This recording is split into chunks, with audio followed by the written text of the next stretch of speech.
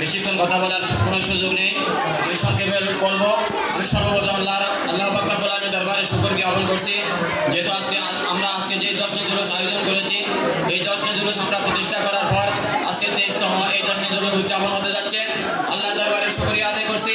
নারায়ণঘাটের এই জশ্নে জুলুসের পর গত জুমাবার আমরা রাতমারা ঐতিহাসিক জশ্নে জুলুস আয়োজন করেছি, সেটা হাজার হাজার সুন্নি জনতার উপস্থিতিতে সফল হয়েছে। গতকাল ভোজপুরে আহলে সুন্নাত ওয়াল জামাতের ব্যবস্থাপনায় ঐতিহাসিক জশ্নে জুলুস উদযাপন হয়েছে।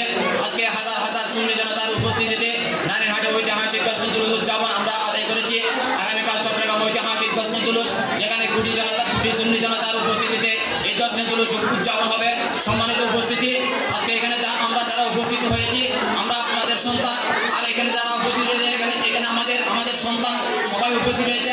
আমরা একটা সংগঠন করেছি, সেই সংগঠন হচ্ছে আমরা আপনাদের সন্তান, আপনারা আমাদের সন্তান। আমাদের একটি সংগঠন রয়েছে, সেটা ইসলামিক ফ্রন্ট বাংলাদেশ। আরেকটি সুন্নি সংগঠন রয়েছে, সেটা বাংলাদেশ ইসলামিক ফ্রন্ট।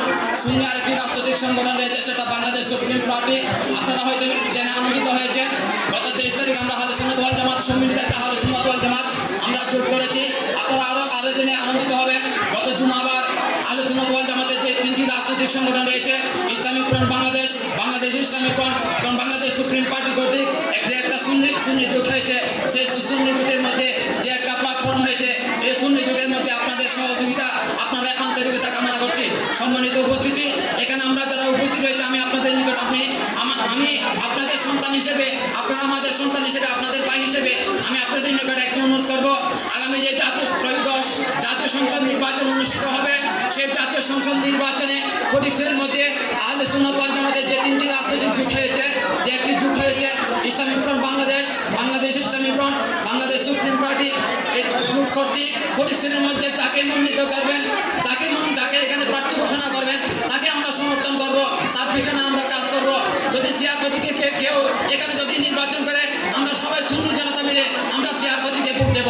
যদি এখানে মোমবাতি নিয়ে কেউ যদি প্রার্থী হয়, আমরা সবাই মিলে আমরা মোমবাতি প্রতীকে ভোট দেব। এখানে যদি একটা নিয়ে আমাদের জোটের পক্ষ থেকে কাউকে যদি প্রার্থীগুলো ঘোষণা করা হয়, আমরা সব সুন্নি জনতা একতার মধ্যে ভোট প্রদান করব। সম্মানিত উপস্থিতি, সুন্নি জনতার আহলে সুন্নাত ওয়াল জামাতের যে কর্মসূচি আসবে এবং এই সুন্নি জনতার যে জোটের পক্ষ হতে যে কর্মসূচি আসবে, আমরা সকল সুন্নি জনতা আমাদের কর্মসূচিকে আমরা মাঠে ময়দানে বাস্তবায়ন করব, সফলতা অর্জন করব এবং সফল করব, সে আশা ব্যক্ত করবে। আমি আমার সংক্ষিপ্ত বক্তব্য শেষ করছি। আসসালামু আলাইকুম ওয়া রাহমাতুল্লাহি ওয়া বারাকাতুহু।